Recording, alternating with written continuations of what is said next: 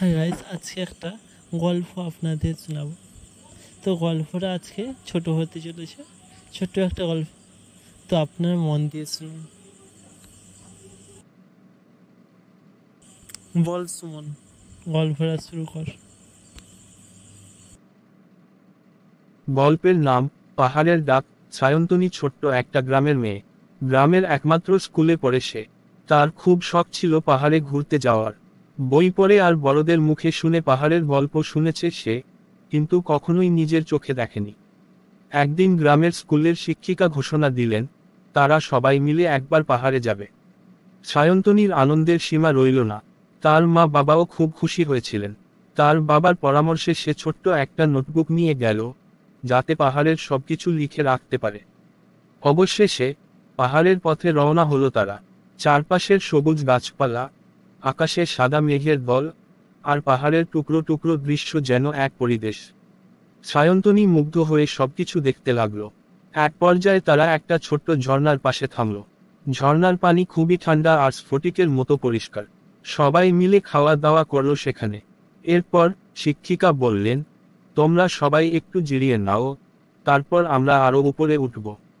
সায়ন্তনী তখন নোটবুক বের করে পাহাড়ের সৌন্দর্য লিখতে লাগলো।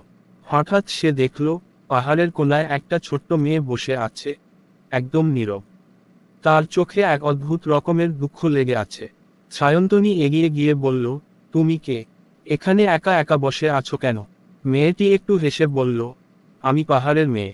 আমার নাম পাহাড়ি। এই পাহাড়ই আমার ঘর। সায়ন্তনী অবাক হয়ে গেল। সে বলল, তুমি তো খুব সুন্দর, কিন্তু তোমার চোখে এত দুঃখ কেন? পাহাড়ি মেয়েটি বলল, আমি পাহাড়কে ভালোবাসি, কিন্তু মানুষজন পাহাড়কে নষ্ট করছে। তারা গাছ কাটে, নদীর পানি দূষিত করে। আমি খুব কষ্ট পাই এসব দেখে। সায়ন্তনী বলল, আমি তোমার জন্য কি করতে পারি? পাহাড়ি মেয়েটি বলল, তুমি যদি সবাইকে বলো পাহাড়কে ভালোবাসতে, তার যত্ন নিতে, তবে আমার দুঃখ কমবে। সায়ন্তনী কথা দিল যে সে এই বার্তা সবাইকে পৌঁছে দেবে। তারপর তারা দুজন আবার বন্ধু হয়ে গেল। সায়ন্তনী তার বন্ধুর জন্য পাহাড়কে রক্ষা করার অঙ্গীকার নিয়ে ফিরে এল গ্রামে। গ্রামে ফিরে সে স্কুলে এবং বাড়িতে সবাইকে পাহাড়ের গুরুত্ব সম্পর্কে জানাতে লাগলো। ধীরে ধীরে গ্রামের সবাই পাহাড়ের প্রতি দায়িত্বশীল হয়ে উঠল। এভাবে সায়ন্তনীর বন্ধু পাহাড়ি মেয়েটির দুঃখ দূর হয়ে গেল, আর পাহাড়ের প্রকৃতি তার আসল সৌন্দর্য ফিরে পেল। শেষ।